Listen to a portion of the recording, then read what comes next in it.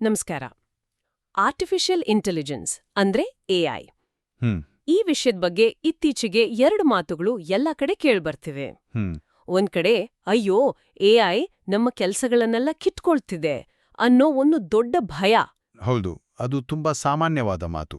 ಇನ್ನೊಂದ್ ಕಡೆ ನನ್ನ ಕೆಲವು ಸ್ನೇಹಿತರೆ ಹೇಳ್ತಾರೆ, ವಾವ್, ಎಐ ಬಂದಾಗಿಂದ ನನ್ ಕೆಲ್ಸ ಎಷ್ಟು ಬೇಗ ಮುಗಿಯುತ್ತೆ ಗೊತ್ತಾ ಅಂತ. ಸೊ ಒಂದೇ ವಿಷಯಕ್ಕೆ ಖುಷಿ, ಭಯ ಎರಡು ಒಟ್ಟಿಗೆ ಇದೆ. ಹೌದು, ಇದೇ ಈ ವಿಷಯದ ಒಂದು ಆ, ವಿಚಿತ್ರ ಅನ್ಸೋದು. ಒಂದೇ ತಂತ್ರಜ್ಞಾನದ ಬಗ್ಗೆ ಇಷ್ಟು ಬೇರೆ ಬೇರೆ ಅಭಿಪ್ರಾಯಗಳು. ಎರಡನ್ನೂ ಸ್ವಲ್ಪ ಸತ್ಯ ಇದೆ, ಅದರ ಪೂರ್ತಿ ಸತ್ಯ ಯಾವುದೂ ಅಲ್ಲ. ಅದ್ಕೆ ಇವತ್ತು ಇದರ ಬಗ್ಗೆ ಸರಿ ತಪ್ಪು ಅಂತ ಜಡ್ಜ್ ಮಾಡೋದ್ ಬೇಡ. ಬದ್ಲಾಗಿ ಸ್ವಲ್ಪ ಆಳವಾಗಿ ಅರ್ಥ ಮಾಡ್ಕೊಳ್ಳೋಕ್ ಪ್ರಯತ್ನಿಸೋಣ. ಎಐ ನಿಜವಾಗಿಯೂ ಏನ್ ಮಾಡ್ತಿದೆ, ನಮ್ಮ ಪಾತ್ರ ಎಲ್ಲಿಗ್ ಬಂದು ನಿಲ್ತಿದೆ. ಖಂಡಿತ. ಯಾಕೆಂದ್ರೆ ಇದು ಕೇವಲ ಒಂದು ಟೆಕ್ನಾಲಜಿ ಬಗ್ಗೆ ಮಾತಾಡೋದಲ್ಲ. ಇದು ನಮ್ಮ ಕೆಲಸದ ರೀತಿ, ನಮ್ಮ ಸೃಜನಶೀಲತೆ, ಆಮೇಲೆ ನಾವು ಭವಿಷ್ಯವನ್ನು ಹೇಗೆ ನೋಡ್ತೀವಿ ಅನ್ನೋದ್ರ ಬಗ್ಗೆ. ಇಲ್ಲಿ ಒಂದು ಇಂಟ್ರೆಸ್ಟಿಂಗ್ ವಿಷಯ ಏನಂದ್ರೆ, ಎಐ ಎಷ್ಟೇ ಶಕ್ತಿಶಾಲಿ ಆದ್ರೂ ಅದಕ್ಕೆ ತಾನಾಗೇ ಒಂದು ಉದ್ದೇಶ ಅಂತ ಇಲ್ಲ. ಅದು ನಾವು ಕೊಟ್ಟ ಸೂಚನೆಗಳನ್ನು ಪಾಲಿಸೋ ಒಂದು ಅತ್ಯಾಧುನಿಕ ಸಾಧನ ಅಷ್ಟೇ. ಈ ಒಂದು ಪಾಯಿಂಟ್ ಇದೆಯಲ್ಲ, ಅದೇ ನಮ್ಮ ಇವತ್ತಿನ ಚರ್ಚೆಯ ಅಡಿಪಾಯ. ಓಕೆ, ಹಾಗಾದ್ರೆ ಅಲ್ಲಿಂದನೇ ಶುರು ಮಾಡೋಣ. ಪ್ರೊಡಕ್ಟಿವಿಟಿ ಅಂದ್ರೆ ಉತ್ಪಾದಕತೆ ವಿಷಯವನ್ನೇ ತೆಕ್ಕೊಳ್ಳೋಣ. ಕೆಲವು ವರ್ಷಗಳ ಹಿಂದೆ ಒಂದು ರಿಪೋರ್ಟ್ ರೆಡಿ ಮಾಡೋಕೆ ಅಥವಾ ಡೇಟಾ ಅನಾಲಿಸಿಸ್ ಮಾಡೋಕೆ, ಹೌದು, ಅಥವಾ ಒಂದು ಇಮೇಲ್ ಡ್ರಾಫ್ಟ್ ಬರೆಯೋಕೆ ಕೂಡ, ಹೌದು, ಅದಕ್ಕೆಲ್ಲ ಕನಿಷ್ಠ 1 ಗಂಟೆ ಆದ್ರೂ ಬೇಕಿತ್ತು.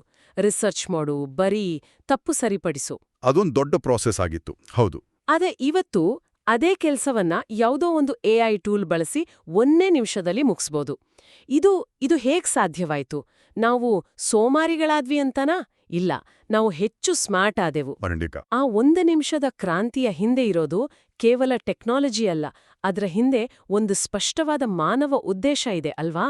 ನೀವ್ ಹೇಳಿದ್ದ ಮಾನವ ಉದ್ದೇಶ ಅನ್ನೋ ಪದ ಬಹಳ ಬಹಳ ಮುಖ್ಯ. ಎಐ ಕೆಲಸ ಮಾಡಲ್ಲ, ಅದು ನಾವು ಕೊಟ್ಟ ಕೆಲಸವನ್ನ ಕಾರ್ಯಗತಗೊಳಿಸುತ್ತೆ, ಅಂದ್ರೆ ಎಕ್ಸಿಕ್ಯೂಟ್ ಮಾಡುತ್ತೆ. ಅಂದ್ರೆ ನಾವು ಹೇಳಿದ್ದನ್ನಷ್ಟೇ ಅದು ಮಾಡುತ್ತೆ, ಅಷ್ಟೇನಾ? ಹೌದು. ಅದಕ್ಕೆ ಏನು ಮಾಡಬೇಕು, ಹೇಗೆ ಮಾಡಬೇಕು, ಯಾವ ಶೈಲಿಯಲ್ಲಿ ಬರೀಬೇಕು ಅಂತ ಹೇಳೋದು ನಾವೇ. ಸೊ ಎಐ 1 ಗಂಟೆಯ ಕೆಲಸವನ್ನ 1 ನಿಮಿಷಕ್ಕೆ ಇಳಿಸಿದಾಗ ಅದು ನಮ್ಮ ಸಮಯವನ್ನ ಕದೀತಾ ಇಲ್ಲ, ಬದಲಾಗಿ ನಮಗೆ 59 ನಿಮಿಷಗಳನ್ನ ವಾಪಸ್ ಕೊಡ್ತಿದೆ. ಆದ್ರೆ ಇಲ್ಲಿ ಒಂದು ವಿಚಿತ್ರವಾದ ಸೈಕಾಲಜಿ ಇದೆ. ಆ 59 ನಿಮಿಷ ಸಿಕ್ಕಿದಾಗ ನಾವು ಆಳವಾಗಿ ಯೋಚನೆ ಮಾಡೋದಕ್ಕಿಂತ ಹಾಗಾದ್ರೆ ಇನ್ನೊಂದು ರಿಪೋರ್ಟ್ ಮಾಡ್ಬೋದಲ್ಲ ಅಂತ ಮ್ಯಾನೇಜರ್ ಕೇಳ್ತಾರೆ. ಎಕ್ಸಾಕ್ಟ್ಲಿ. ಅಥವಾ ನಾವೇ ಇನ್ನೊಂದು ಕೆಲಸಕ್ಕೆ ಜಿಗಿತೀವಿ. ಹೌದು. ಸೊ ನಿಜವಾದ ಸವಾಲು ಟೆಕ್ನಾಲಜಿ ಅಲ್ಲ, ಆ ಉಳಿದ ಸಮಯವನ್ನ ಇನ್ನೂ ಹೆಚ್ಚು ಕೆಲಸದಿಂದ ತುಂಬೋ ನಮ್ಮ ಕಾರ್ಪೊರೇಟ್ ಸಂಸ್ಕೃತಿಯನ್ನ ಬದಲಾಯಿಸೋದು. ಸರಿಯಾದ ಪಾಯಿಂಟ್. ಇದೇ ನಿಜವಾದ ಉತ್ಪಾದಕತೆಯ ಹೊಸ ವ್ಯಾಖ್ಯಾನ. ಕೇವಲ ವೇಗ ಅಷ್ಟೇ ಅಲ್ಲ, ಬದಲಾಗಿ ಉದ್ದೇಶಪೂರ್ವಕ ದಕ್ಷತೆ, ಎಫಿಷಿಯನ್ಸಿ ವಿತ್ ಪರ್ಪಸ್. ಆ ಉಳಿದ ಸಮಯದಲ್ಲಿ ನಾವು ಏನು ಮಾಡ್ತೀವಿ ಅನ್ನೋದು ಮುಖ್ಯ. ಕೇವಲ ಆಫೀಸ್ ಕೆಲ್ಸಕ್ಕೆ ಸೀಮಿತವಾಗಿಲ್ಲ ಅಲ್ವಾ? ಈಗಾಗ್ಲೇ ನಮ್ಮ ಸುತ್ತಮುತ್ತ ಬೇರೆ ಬೇರೆ ಕ್ಷೇತ್ರಗಳಲ್ಲಿ ಎಐ ದೊಡ್ಡ ಬದಲಾವಣೆ ತರ್ತಿದೆ. ಉದಾಹರಣೆಗೆ ವೈದ್ಯಕೀಯ ಕ್ಷೇತ್ರ. ಹೌದು, ಮೆಡಿಕಲ್ ಫೀಲ್ಡ್. ವೈದ್ಯರಿಗೆ ರೋಗಿಗಳ ಮೆಡಿಕಲ್ ಹಿಸ್ಟ್ರಿಯನ್ನ ಕ್ಷಣಾರ್ಧದಲ್ಲಿ ವಿಶ್ಲೇಷಿಸೋಕೆ ಎಐ ಸಹಾಯ ಮಾಡ್ತಿದೆ. ರೇಡಿಯೋಲಾಜಿಸ್ಟ್ಗಳಿಗೆ ಕ್ಯಾನ್ಸರ್ ಸ್ಕ್ಯಾನ್ಗಳಲ್ಲಿ ಮನುಷ್ಯರ ಕಣ್ಣಿಗೆ ತಪ್ಪಿ ಹೋಗಬಹುದಾದ ಸಣ್ಣ ಸಣ್ಣ ಪ್ಯಾಟರ್ನ್ಗಳನ್ನು ಪತ್ತೆ ಹಚ್ಚೋಕೆ ಹೆಲ್ಪ್ ಮಾಡ್ತಿದೆ. ಹೌದು, ಇಲ್ಲಿ ಎಐ ಬಳಕೆ ಆಗ್ತಿರೋದು ಪ್ಯಾಟರ್ನ್ ರೆಕಗ್ನಿಷನ್, ಅಂದ್ರೆ ಮಾದರಿಗಳನ್ನ ಗುರುತಿಸೋ ಸಾಮರ್ಥ್ಯ. ಲಕ್ಷಾಂತರ ಸ್ಕ್ಯಾನ್ಗಳನ್ನ ನೋಡಿ ಟ್ರೈನ್ ಆದ ಎಐ ಅಸಹಜವಾಗಿ ಕಾಣೋ ಯಾವುದೇ ಸಣ್ಣ ಬದಲಾವಣೆಯನ್ನ ತಕ್ಷಣ ಗುರುತಿಸುತ್ತೆ. ಓ ಹಾಗೆ.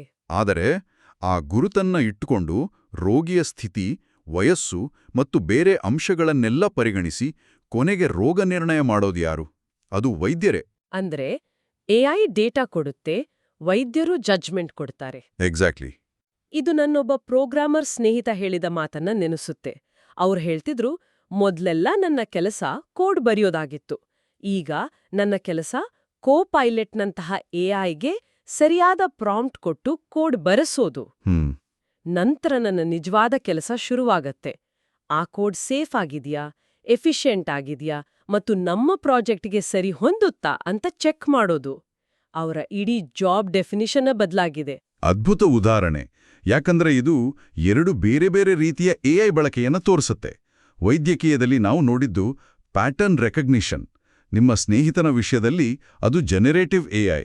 ಹೌದು, LLM. ಹೌದು, ಲಾರ್ಜ್ ಲ್ಯಾಂಗ್ವೇಜ್ ಮಾಡೆಲ್.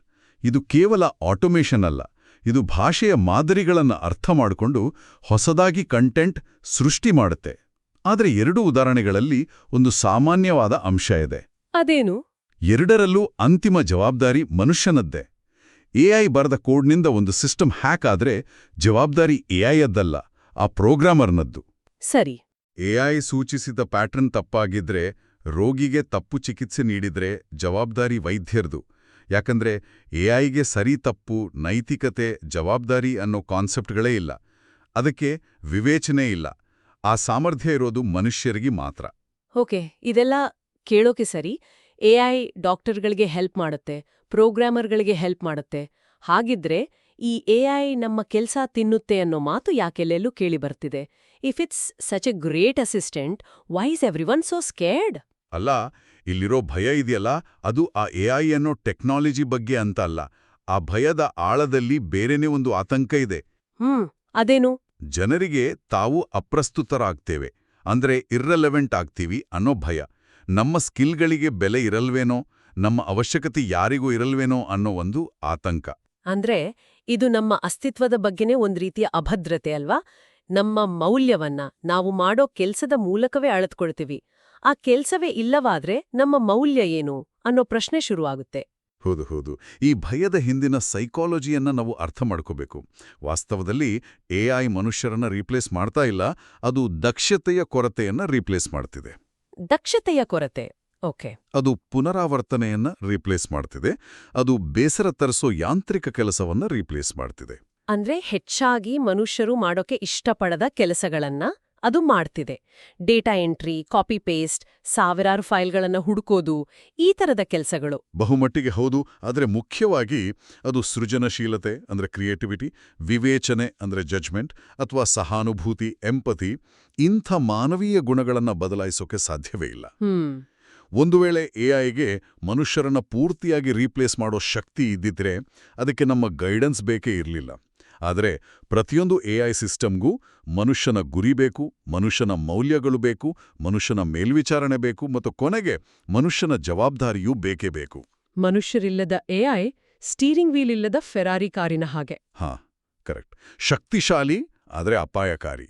ಇದೇ ಕಾರಣಕ್ಕೆ ಬಹುಶಃ ಉದ್ಯೋಗಗಳು ಪೂರ್ತಿಯಾಗಿ ಹೋಗ್ತಾ ಇಲ್ಲ, ಬದಲಾಗಿ ಅವುಗಳ ಸ್ವರೂಪ ಬದಲಾಗ್ತಿದೆ. ಫ್ಯೂಚರ್ ಆಫ್ ವರ್ಕ್ ಅನ್ನೋದು ಎಲ್ಲವನ್ನೂ ನೀನೇ ಕೈಯಿಂದ ಮಾಡು ಅಂತ ಇರಲ್ಲ, ಬದಲಾಗಿ ಎಐ ಜೊತೆ ಹೇಗೆ ಕೆಲ್ಸ ಮಾಡ್ಬೇಕು ಅಂತ ತಿಳ್ಕೋ ಅನ್ನೋದೇ ಮುಖ್ಯವಾಗತ್ತೆ. ಸರಿಯಾಗಿ ಹೇಳಿದ್ರಿ. ಎಐ ಅನ್ನೋ ಒಂದು ಸಹ ಪೈಲಟ್ ಅಂದ್ರೆ ಪೈಲಟ್ ತರ ನೋಡ್ಬೇಕು. ಹೌದು, ಮತ್ತು ಎಐ ಅನ್ನು ಅರ್ಥ ಮಾಡ್ಕೊಂಡ ವ್ಯಕ್ತಿ ತನ್ನ ಕೆಲ್ಸವನ್ನ ಕಳ್ಕೊಳ್ಳಲ್ಲ, ಬದಲಾಗಿ ಅವರು ತಮ್ಮ ಪ್ರಭಾವವನ್ನ, ತಮ್ಮ ಸಾಮರ್ಥ್ಯವನ್ನ ಹಲವು ಪಟ್ಟು ಹೆಚ್ಚಿಸ್ಕೊಳ್ತಾರೆ. ಒಬ್ಬ ಮನುಷ್ಯ ಸರಿಯಾದ ಎಐ ಟೂಲ್ಗಳ ಜೊತೆ ಕ್ವಾಲಿಟಿಯಲ್ಲಿ ರಾಜಿ ಮಾಡ್ಕೊಳ್ದೆ 10 ಜನರ ಕೆಲ್ಸವನ್ನ ಒಬ್ಬನೇ ಮಾಡಕ್ ಸಾಧ್ಯವಾಗತ್ತೆ. ಆದ್ರೆ ಇಲ್ಲಿ ಒಂದು ಪ್ರಮುಖವಾದ ಅಂಶ ಇದೆ. ಆ ವ್ಯಕ್ತಿ ತನ್ನ ಮಾನವೀಯತೆಯನ್ನ ಉಳಿಸ್ಕೋಬೇಕು. ಎಐ ಸಲಹೆ ಕೊಡಬಲ್ಲದು, ಅದು ಲೆಕ್ಕಾಚಾರ ಮಾಡಬಲ್ಲದು, ಅದು ಭವಿಷ್ಯವನ್ನ ಊಹಿಸಬಲ್ಲದು, ಆದರೆ ಅದಕ್ಕೆ ಕಾಳಜಿ ವಹಿಸಕ್ಕಾಗಲ್ಲ. ಕಾಳಜಿ ವಹಿಸಕ್ಕಾಗಲ್ಲ. ಅದಕ್ಕೆ ತಾನು ಮಾಡಿದ ತಪ್ಪಿಗೆ ಪಶ್ಚಾತ್ತಾಪ ಪಡೋಕೆ ಸಾಧ್ಯವಿಲ್ಲ, ಅಥವಾ ಒಂದು ಕೆಲಸದ ಜವಾಬ್ದಾರಿಯನ್ನ ಹೊರೋಕೆ ಸಾಧ್ಯವಿಲ್ಲ. ಆ ಹೊರೆ, ಆ ಕ್ರಿಯೆಯ ಪರಿಣಾಮಗಳು ಇವತ್ತಿಗೂ ನಮ್ದೆ. ಹೌದು, ಆ ಹೊರೆ ಸಂಪೂರ್ಣವಾಗಿ ನಮ್ದೇ. ಈ ಒಂದು ವ್ಯತ್ಯಾಸ ಇದೆಯಲ್ಲ, ಅದೇ ನಮ್ಮ ಅನಿವಾರ್ಯತೆಯನ್ನ, ನಮ್ಮ ಅವಶ್ಯಕತೆಯನ್ನ ಖಚಿತಪಡಿಸುತ್ತೆ.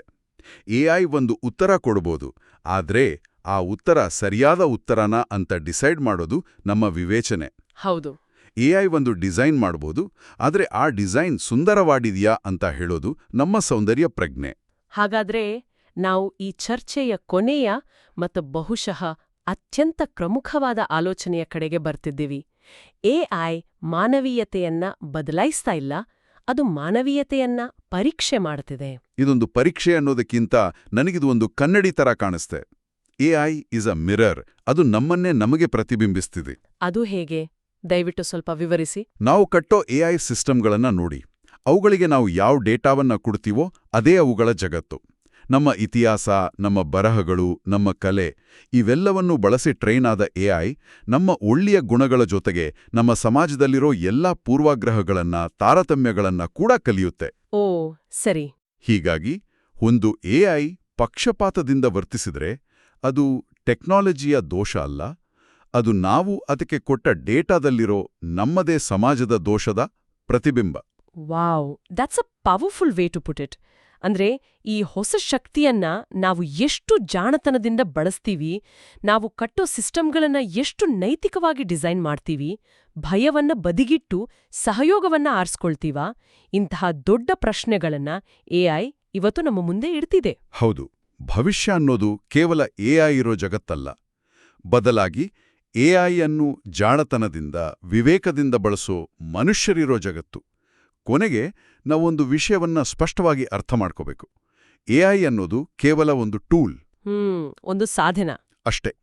ಅದರ ಹಿಂದಿನ ಅರ್ಥ, ಉದ್ದೇಶ ಮತ್ತು ಮೌಲ್ಯವನ್ನ ಕೊಡೋದು ಮನುಷ್ಯ. ಇದು ಚಕ್ರ ಕಂಡಿಡಿದಾಗ್ಲೂ ಸತ್ಯವಾಗಿತ್ತು, ಇಂಟರ್ನೆಟ್ ಬಂದಾಗ್ಲೂ ಸತ್ಯವಾಗಿತ್ತು, ಮತ್ತು ಈಗ ಎಐ ವಿಷಯದಲ್ಲೂ ಸತ್ಯವಾಗಿಯೇ ಇರುತ್ತೆ. ಹಾಗಾದ್ರೆ ಇವತ್ತಿನ ನಮ್ಮ ಚರ್ಚೆಯ ಸಾರಾಂಶ ಇಷ್ಟೇ. ಎಐ ಒಂದು ಅತ್ಯಂತ ಶಕ್ತಿಶಾಲಿ ಸಾಧನ ಅನ್ನೋದರಲ್ಲಿ ಸಂಶಯವೇ ಇಲ್ಲ. ಆದ್ರೆ ಅದರ ಅರ್ಥ ಮತ್ತು ಉದ್ದೇಶವನ್ನ ನಿರ್ಧಾರಿಸೋದು ಸಂಪೂರ್ಣವಾಗಿ ಮನುಷ್ಯನ ಕೈಯಲ್ಲಿದೆ. ಅದು ನಮ್ಮನ್ನ ಅಪ್ರಸ್ತುತಗೊಳಿಸಲ್ಲ, ಬದಲಾಗಿ ನಮ್ಮ ನಿಜವಾದ ಮೂಲ್ಯ ಯಾವುದು ಅಂತ ನಮಗೆ ನೆನಪಿಸ್ತಿದೆ. ಹೌದು, ನಮ್ಮ ವಿವೇಚನೆ, ಸೃಜನಶೀಲತೆ ಮತ್ತು ಜವಾಬ್ದಾರಿ. ಹೌದು. ಸೊ ಭಯಪಡೋ ಬದಲು ಅದನ್ನ ಅರ್ಥ ಮಾಡ್ಕೊಂಡು ಜವಾಬ್ದಾರಿಯುತವಾಗಿ ಬಳಸೋದೇ ನಮ್ಮುಂದಿರೋ ದಾರಿ. ಖಂಡಿತ. ಮತ್ತು ಈ ಚರ್ಚೆಯನ್ನ ಮುಗಿಸೋ ಮುನ್ನ ಕೇಳುಗಳು ಆಲೋಚಿಸೋಕೆ ಒಂದು ಅಂತಿಮ ಪ್ರಶ್ನೆಯನ್ನ ಬಿಟ್ಟು ಹೋಗೋಕೆ ಇಷ್ಟಪಡ್ತೀನಿ. ಖಂಡಿತ, ಕೇಳೋಣ. ನಾವು ಚರ್ಚಿಸಿದ ಹಾಗೆ ಎಐಗೆ ಜವಾಬ್ದಾರಿ ಹೊರೋಕೆ ಸಾಧ್ಯವಿಲ್ಲ. ಆದರೆ ನಾವು ಎಐ ಅನ್ನು ನಮ್ಮ ಜೀವನದ ಎಲ್ಲಾ ಭಾಗಗಳಲ್ಲಿ, ನಮ್ಮ ಕೆಲಸ, ನಮ್ಮ ನಿರ್ಧಾರಗಳು, ನಮ್ಮ ಸಂಬಂಧಗಳಲ್ಲಿ ಇನ್ನಷ್ಟು ಆಳವಾಗಿ ಸೇರಿಸ್ಕೊಳ್ತಿದ್ದೀವಿ. ಹೌದು, ದಿನದಿಂದ ದಿನಕ್ಕೆ ಜಾಸ್ತಿ ಆಗ್ತಿದೆ. ಇಂತಹ ಸಂದರ್ಭದಲ್ಲಿ ನಮ್ಮ ಸ್ವಂತ ಜವಾಬ್ದಾರಿಯ ಪ್ರಜ್ಞೆ ದುರ್ಬಲಗೊಳ್ಳದಂತೆ ನಾವು ಹೇಗೆ ಖಚಿತಪಡಿಸಿಕೊಳ್ಳೋದು? ಯಂತ್ರದ ಕ್ರಿಯೆ ಎಲ್ಲಿ ಕೊನೆಗೊಳ್ಳುತ್ತೆ ಮತ್ತು ನಮ್ಮ ಹೊಣೆಗಾರಿಕೆ ಎಲ್ಲಿಂದ ಪ್ರಾರಂಭವಾಗುತ್ತೆ? ಈ ಗೆರೆಯನ್ನ ನಾವು ಎಲ್ಲಿ ಎಳೆಯಬೇಕು? ಇದು ನಾವೆಲ್ಲರೂ ಆಲೋಚಿಸಬೇಕಾದ ವಿಷಯ.